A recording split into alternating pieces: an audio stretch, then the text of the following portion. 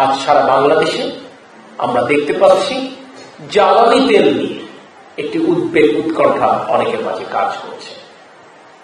ওই মন্ত্রণালয়ের দায়িত্বপ্রাপ্ত ব্যক্তি হিসেবে আমি আপনাকে আশ্বস্ত করতে চাই, এখন পর্যন্ত সারা পৃথিবী 80টা দেশ জ্বালানির মূল্য বৃদ্ধি করল, আমাদের প্রিয় মাতৃভূমি, আমাদের গণতান্ত্রিক সরকার এখনো জ্বালানি তেলের মূল্য বৃদ্ধির কোন পরিকল্পনা করছে না। আমরা সরবরাহ ব্যবস্থা স্বাভাবিক রেখেছি, কিন্তু আমাদের চাহিদা অস্বাভাবিক বৃদ্ধি পেয়েছে। গড়ে প্রতিদিন এই মার্চ মাসে 2025 সালে ডিজেলের চাহিদা ছিল প্রায় 12,000 টন। নগদ নিয়ে এলো হার না মানা হার অফার। সর্বনিম্ন 10,000 টাকা রেমিটেন্স নগদে পাঠালে থাকছে স্বর্ণের হার জেতার সুযোগ। পেট্রোল অক্টেনের চাহিদা ছিল গড়ে 1200 থেকে 1400 মেট্রিক টন। আপনারা জেনে অবাক হবেন, ঈদের আগে গড়ে প্রতিদিন 24,000 থেকে 25,000 মেট্রিক টন ডিজেল আমরা সরবরাহ করেছি। অর্থাৎ সিম্পলি ডাবল। গত বছর মার্চ মাসে কিন্তু পবিত্র ঈদ উল ফিতর উদযাপিত হয়েছে, মাহে রমজানও ছিল, একই প্রেক্ষাপট।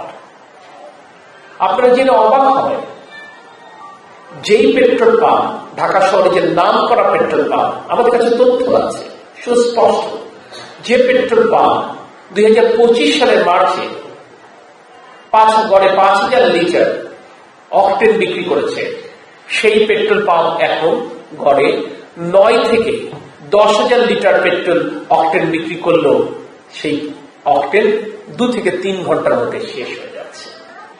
আমি আপনাদেরকে এটুকু বলছি, বর্তমান গণতান্ত্রিক সরকার মার্চ মাস আর 27 তারিখ শেষ হতে যাচ্ছে।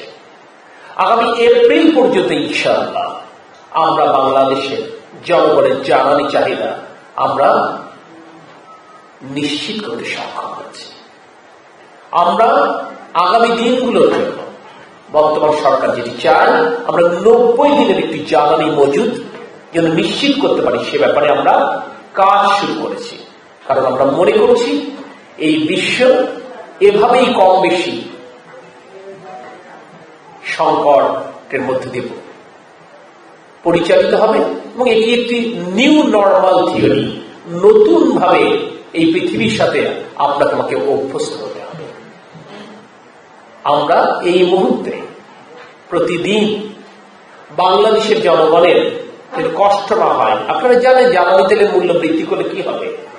বিদ্যুতের মূল্য বৃদ্ধি পাবে, গণপরিবহনের খরচ বাড়বে, খাদ্যপণ্যের দাম বাড়বে, অর্থাৎ জীবন আরেকটু হলেও কষ্টকর হবে।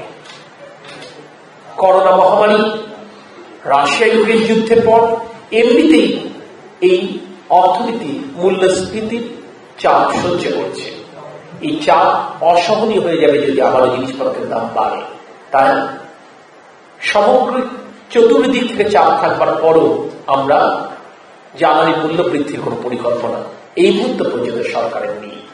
জনগণের দুর্ভোগ যেন কোনোভাবে না বাড়ে, এটি নিশ্চিত করতে যে গড়ে প্রতিদিন বর্তমান গণতান্ত্রিক সরকার অর্থাৎ আপনাদের মধ্যে নির্বাচিত সরকার প্রায় 167 কোটি টাকা প্রতিদিন জ্বালানির পেছনে ভর্তুকি দিচ্ছে। এটি আমাদের রাজনৈতিক অঙ্গীকার, এটি জনগণের কাছে অঙ্গীকার।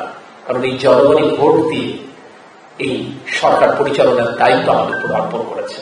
তাই জনগণের স্বার্থ যে কোনো মূল্যে আমরা সংরক্ষণ করতে বদ্ধপরিকর।